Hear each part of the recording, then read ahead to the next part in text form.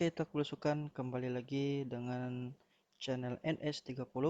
Kali ini kita akan bahas kembali tentang panduan pemilihan ban Maxxis berdasarkan keunggulannya pada berbagai macam area. Sebelumnya terdahulu NS30 sudah pernah membahas 11 buah jenis atau model ban Maxxis berdasarkan keunggulannya pada berbagai macam area. Kali ini kita akan lanjutkan sisanya yang belum kita bahas. Oke, sebelum kita bahas, Mimin rasa perlu diingatkan kembali ada beberapa istilah yang harus diketahui dalam tabel pemilihan model ban Maxxis ini. Jadi beberapa istilahnya yang perlu kita pahami kembali, yaitu yang pertama adalah hardpack, yaitu adalah permukaan keras, contoh batu atau aspal. Yang kedua, loss over hard, yaitu ada lapisan lepas di atas permukaan yang keras. Contohnya jalan keras yang permukaannya berpasir atau berbatu kecil. Medium. Medium adalah permukaan yang tidak keras dan lepas, contohnya tanah. Tanah kering ya. Loose. Loose adalah permukaan yang mudah lepas, contohnya pasir. Wet itu adalah jalan yang basah, yaitu contoh permukaan jalan yang berair. Dan yang terakhir adalah mud, yaitu kontur jalan yang lumpur. Oke, lanjut akan kita bahas, yaitu ban Maxxis model Griffin. Berdasarkan tabel ini dapat kita lihat ban Maxxis Griffin ini masih bisa atau mumpuni di daerah hardpack, tetapi juga tidak terlalu maksimal karena hanya separuh. Artinya hanya setengah saja dan bukan hardpack, tapi di bagian loss over hard dan medium juga bisa.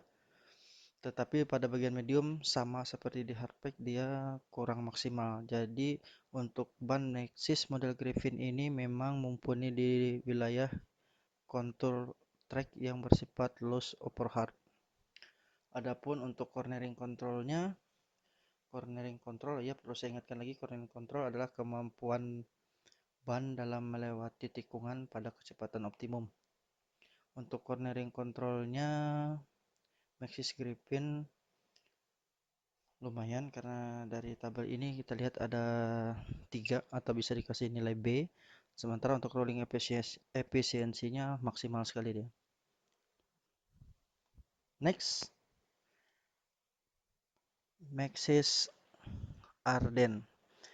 Nah, Maxxis Arden ini kalau untuk kontur jalan dia lebih mumpuni dibandingkan Griffin, karena di sini ban Maxxis Arden bisa digunakan untuk wilayah yang bersifat hardpack, loose over hard dan medium serta loose. Jadi ada 4 jenis trek yang bisa digunakan dengan menggunakan ban Maxxis Arden ini.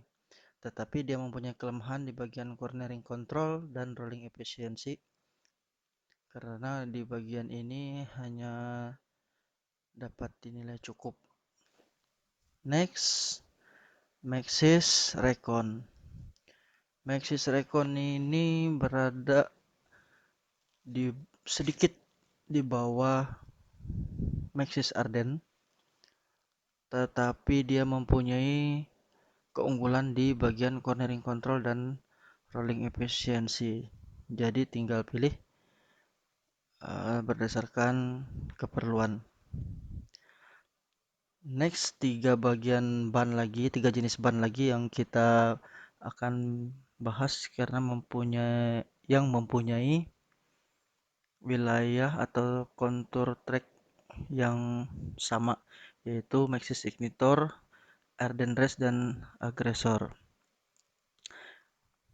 Kita mulai dari Maxxis Ignitor dulu. Yang Ignitor ini sangat maksimal digunakan di wilayah track loose over hard dan medium, sementara untuk di loose tidak begitu maksimal. Untuk cornering controlnya dapat diberi nilai bagus karena dia punya 3 strip lampu dan rolling efisiensinya cukup saja. Next, Arden Race. Maxis Arden Race sama tadi ya seperti ignitor, mumpuni untuk wilayah track loose upper hard, medium dan di loose.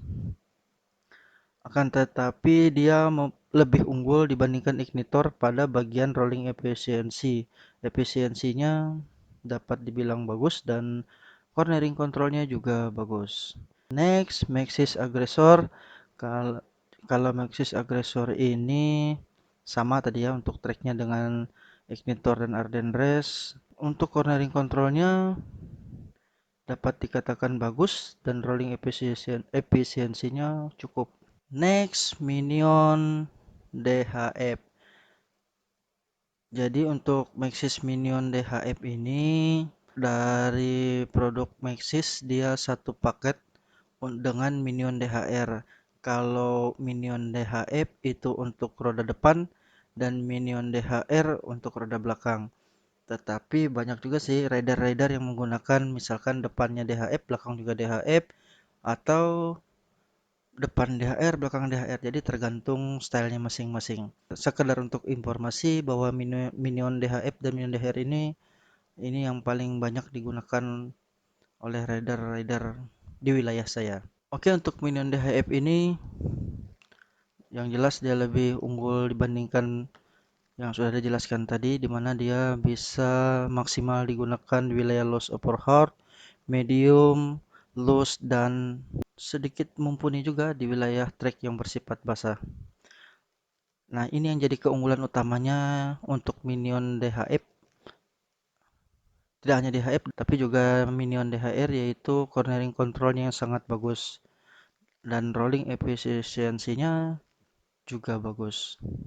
Minion DHR, kalau Minion DHR adalah ban yang biasa dipasang pada bagian belakang. Kemampuannya sama pada wilayah bersifat loose upper hard, medium loose, serta juga sedikit mumpuni di bagian wilayah track basah. Sama seperti Minion DHF, cornering controlnya juga sangat bagus dan rolling efisiensinya juga bagus. Next, sedikit maju ke depan, yaitu high roller.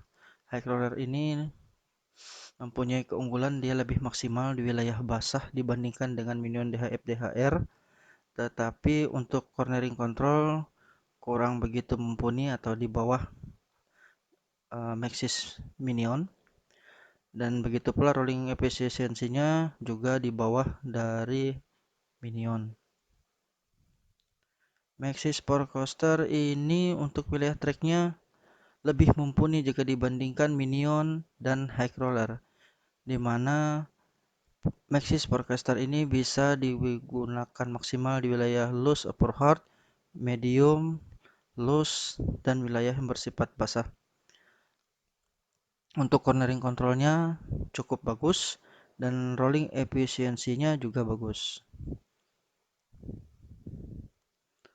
Next, Maxis High Roller 2. Maxis High Roller 2 ini berada atau maksimal digunakan untuk di wilayah medium, loose, sebagian wilayah basah, dan sebagian wilayah upper hard. Untuk cornering controlnya dia bagus, sementara di rolling efisiensinya cukup saja. Next, Maxis Beeper. Maxis Beeper ini dari grafik dapat kita lihat ini wilayahnya wilayah yang basah-basah berlumpur ini. Jadi wilayah untuk Maxis Beeper ini sangat mumpuni digunakan di wilayah yang bersifat loose, wet, dan mud, atau wilayah loose, basah, dan lumpur. Jadi kalau hujan donat, wah ini cocok betul nih. Untuk cornering controlnya bagus, sementara untuk rolling efisiensinya kurang karena memang peruntukannya untuk wilayah-wilayah yang kondisinya bisa dibilang berat nih. Selanjutnya Maxis Sortie. Maxis Sortie ini untuk wilayah tracknya sama tadi seperti Beeper. Dia punya kelebihan di cornering control dapat lihat dari gambar bannya ini karena sudut-sudutnya itu begitu besar sehingga cornering controlnya maksimal sekali, akan tetapi hal ini berdampak pada rolling efficiency-nya yang sangat minim. Dan yang terakhir, Maxis windscreen. Sama seperti Shorty dan Beeper, tetapi Maxis windscreen ini memang diperuntukkan untuk wilayah yang basah dan berlumpur. Jadi kalau kondisi jalan resnya hujan, atau setelah hujan itu kan kondisi jalannya sangat berlumpur. Nah, ban ini sangat recommended sekali. Untuk cornering control dia bagus, tetapi rolling efisiensinya sangat minim sekali. Nah, tadi kembali saya ingatkan untuk wilayah yang berlumpur itu sangat berat kondisinya, tidak mengedepankan rolling efisiensi tapi lebih mementingkan cornering controlnya. Oke, itu saja dulu yang dapat saya bahas. Ciao.